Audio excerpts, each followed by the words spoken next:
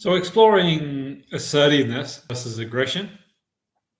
Effective communication is an essential element in establishing and maintaining positive relationships in work and social settings.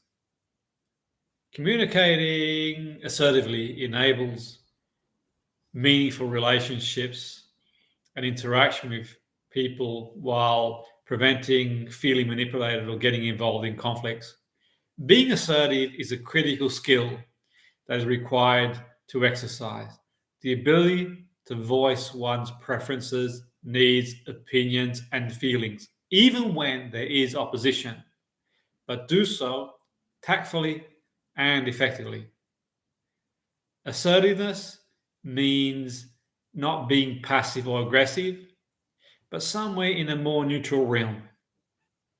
Signs of passivity tend to leave the person either isolated or exploited, while aggression can cause confrontation. This is counterproductive and can alienate others. Being assertive is often confused with aggressiveness in certain situations, but there are, I believe, critical differences. When we are aggressive, we definitely express our thoughts, feelings, but do it in such a way that can infringe on the rights, preferences, and feelings of others, or create the impression that their inputs are not valued or that they are being manipulated for someone else's gain. There's a clear power differential in aggression and passivity, while it is not the case when being assertive. Aggressive behavior often results in unnecessary conflict and confrontation, as it is powered by a desire to win, even when cooperation will achieve much better outcomes. In comparison, when a person acts in an assertive way, they are comfortable with their own beliefs, thoughts, and feelings and willing to express them to another person. They are open and willing to have an equal mutual interaction. They are able to express their wishes and preferences openly and directly, respect the rights, feelings, and needs of others, and is willing to cooperate and compromise to achieve a win-win situation. As such, being assertive also implies knowing when to concede or reconsider a stance. An assertive person is adaptive and willing and able to admit when they have been wrong or made a mistake, thereby further increasing the chances of reaching a good compromise. Assertiveness reinforces self-esteem and confidence, and there is a less need to internalize negative feelings and distress, which further increase negative thoughts, feelings, and behavior. Therefore, assertiveness is an essential skill in a healthy personal interaction and materially different from aggression. I've seen a number of cognitive and behavioral approaches and so on and so forth that can be adapted to improve assertiveness. Typically, the first step is introspection. So we introspect and identify situations and events that cause aggression or avoidance behavior. By recognizing these situations, when you're able to express your opinion or are taken advantage of or acted out aggressively, one is in the position to develop healthier responses to these activating events that are more effective, tactful, fair, and assertive. Remember that it requires much self-awareness, understanding, preparation, and practice to bring about change in your own style of communication. But it can have a tremendous effect on improving your relationships or our relationships in general and daily functioning at work and home. Some tips, and these aren't exhaustive, and they're quite practical in the right situation and circumstance. I certainly worked with clients for a long time, and these are some of the things I've sort of used with clients. So some of the things that I'm going to include are, one, being open in expressing wishes, thoughts, and feelings and encourage others to do likewise. Two, listening to the views of others and responding appropriately, whether in agreement with those views or not. Three, accepting responsibility and being able to delegate to others. Four, regularly expressing appreciation of others for what they have done or are doing. Five, being able to admit to mistakes and apologize. Sometimes you've got to hold your hands up.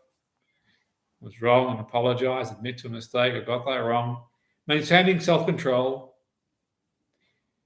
And the final one I'll share is behaving as an equal to others. That's an important one as well. So some useful techniques also for assertiveness include the broken record technique. We've sort of talked about that before, and positive and negative inquiry.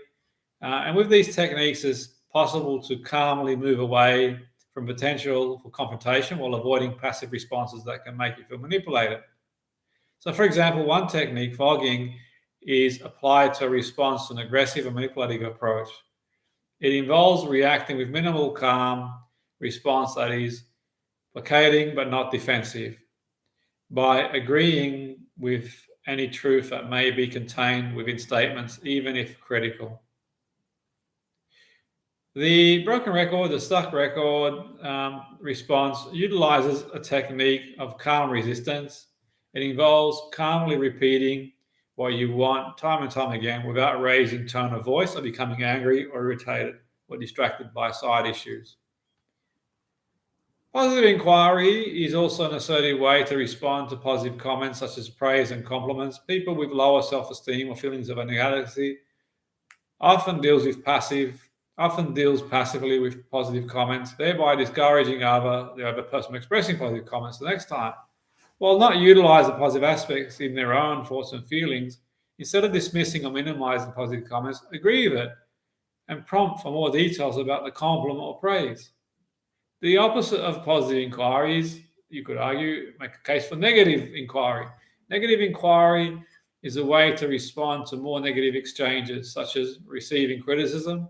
Rather than automatically and immediately responding negatively and aggressively to criticism, reflect what or whether any part of it's justified.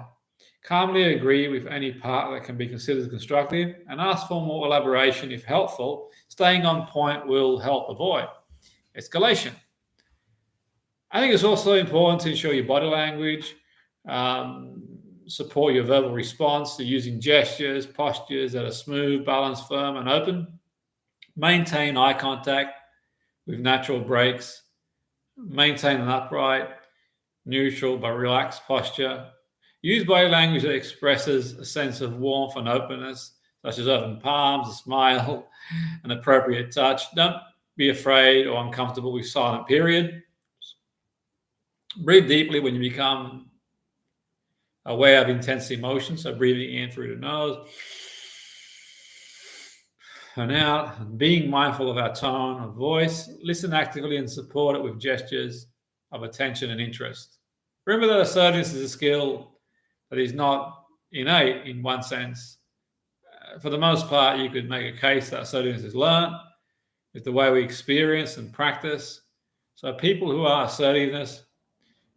people who are or use assertiveness regularly report these advantages.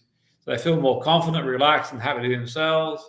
Or at least in my experience, what I've noticed about people who are assertive, they do feel more confident. You could make a case for relaxed, happy with themselves. They are more aware of who they are, including their strengths and weaknesses. They spend less time comparing themselves with others and feeling not good enough. They make more realistic decisions and choices for themselves. They choose more successful relationships. You could make a strong case for that by accepting not everyone in the world will or can be caring towards them. They feel they can regain control in their life and live it to the fullest. So various studies have found that the ability and skill to be assertive is an important key to a healthy self-esteem, psychological well-being, and even good mental health. Sakova et al. 2013 found that the experience of stress and performance in assertive situations improved education and practice, while social learning skills became more effective and negative behavior had decreased in that study. Sakova et al. 2013, quite interesting study. If you get a chance to check it out.